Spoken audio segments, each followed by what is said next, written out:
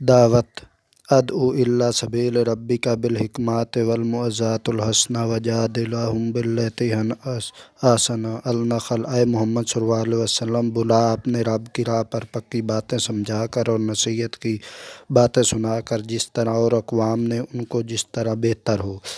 اب بذریعہ وحی خدائے وحید کا حکم ہوا کہ آپ صلی اللہ علیہ وسلم اقوام عرب کو خصوصاً اور اقوام عالم کو عموماً اس دین حنیف، دین فطرت اللہ التی فطرت الناس علیہا کی طرف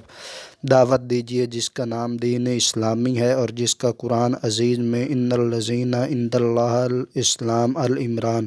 کہہ کر خدائے برتر نے قبولیت کا شرف عطا فرمایا۔ یہی دین و دنیا کی سعادت کا بہترین کفیل اور اخلاق حسنہ اور سعادت انسانی کا ذمہ دار۔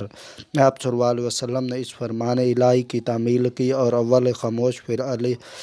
الاعلان اقوام عالم کو خدا کا آخری پیغام سنایا اور مقدس اسلام کی طرف دعوت دی۔ سب سے پہلا مسلمان السابقون والسابقون اولئک المقربون، الواقع سبقت کرنے والے تو آگے ہیں، وہ لوگ مقرب ہیں۔ آپ صلی اللہ علیہ وسلم کی دعوت حق پر مردوں میں سب سے پہلے حضرت ابوبکر بن قحافہ رضی اللہ تعالیٰ عنہ، اور عورتوں میں حضرت خدیجہ بنت خلید، اور بچوں میں حضرت علی ابن ابی طالب رضی اللہ تعالیٰ مشرف با اسلام ہوئے، اور اس کے بعد تدریجاً تمام قبائل میں اسلام پھیلنا شروع ہوا۔